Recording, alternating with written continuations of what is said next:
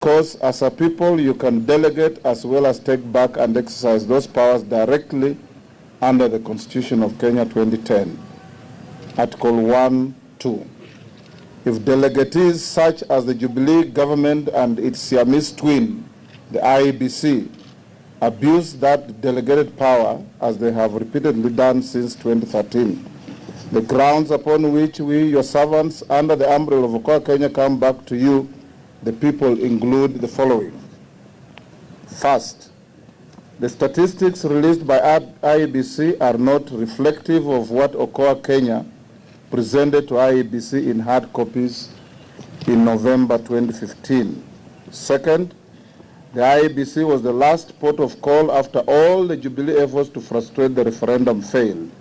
This include, among others, claims that the excise was too expensive, demand to have the referendum at the same time as 2017 elections, several parallel initiatives by Jubilee including Punda Musyoka and Boresha Maisha, quest for the National Assembly Speaker for the merger of all referendum initiatives, stonewalling by IEBC through claims such as lack of funds and unfounded claims of lack of a constitutional time limit to verify the signatures.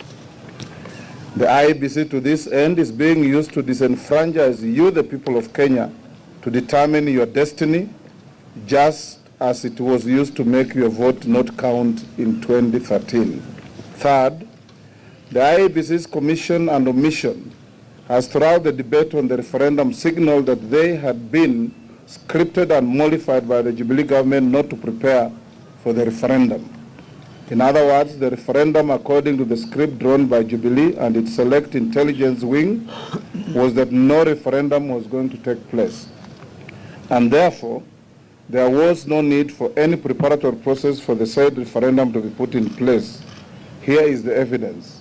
To date, even as the referendum loomed large for more than 1.5 years, the IEBC connived with the Jubilee benefactors to ensure that there is no referendum act in the country, no referendum rules and regulations, lack of harmonized voter register, for example, which register was used to determine the validity of Okoa Kenya data set, IVID, Green Book, among others, which one as per the Supreme Court presidential petition ruling of 2013. You remember the petition asked which is the voter register that was used to determine the process and outcome of the last general elections. Lack of due process and lack on how to verify the signatures, no wonder a shortcut of a shortfall of 1 million signatures had to be crafted to circumvent the verification of signatures. Fourth, just as in 2013, when the so-called tyranny of numbers was predicted to prepare the public psychologically by a Jubilee-sponsored pundit and IEBC affirmed it, this time round, top Jubilee officials likewise predicted the flop of Okoa Kenya initiative to prepare the public psychologically, and the IEBC affirmed it. Fifth, Jubilee's belated criticism of IEBC of late, right from the lead up to Malindi by-election, is a public ploy to try and hoodwink the people of Kenya that it too has a problem with IEBC, even as it packs IEBC with select state intelligence operatives disguised as temporary employees to cook non-corresponding soft copies of Okoa Kenya's hard copy data in cahoots with IEBC. Please note that IEBC did not advertise for the recruitment of verification clerks as they did for the registration clerks as it's required by the law. Kenyans, your guess is as good as ours on who did the purported verification. And still at the Serena Hotel, where our political Chris Dhairu is, we will now be joined by him as he has a one-on-one interview with Mombasa County Senator Hassan Omar on the Okoa Kenya standoff. Chris Dhairu.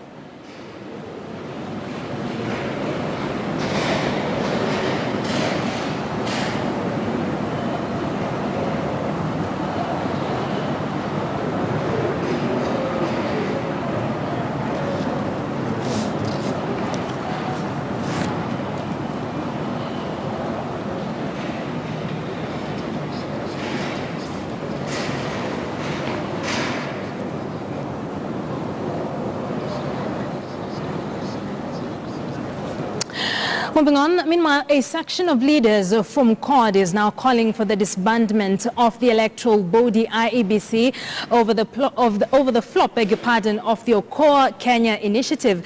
Kitui Senator David Musila says that the electoral body has failed to be a neutral arbiter and hence the need to send them packing. Musila was speaking with our anchor Betty Okari during our earlier bulletin. Let us hear what he had to say. Already, Jubilee had announced that these signatures were not authentic. How did they know? So actually what we are going through now, Betty, is a rehearsal of the rigging that is likely to take place in 2017. I say this because we do not have credible institutions to run elections. The IEBC have been involved in Chicken Gate. Already we have questions about procurement of BVR kits. And from even the executive officer to the chair to even all the commissioners, they are involved in various scandals, and therefore we cannot trust their judgment on this one. And supposing they carried out elections and they were not credible, and then we, or those who do not win, want to challenge the results, where would they challenge the results? Well, already we have a discredited judiciary. The Supreme Court is in shambles. So the answer to this is to dismantle IEBC right now, because we have got time, set a new IEBC with broad consultation of all stakeholders so that we have credible people, clean people who can carry out elections.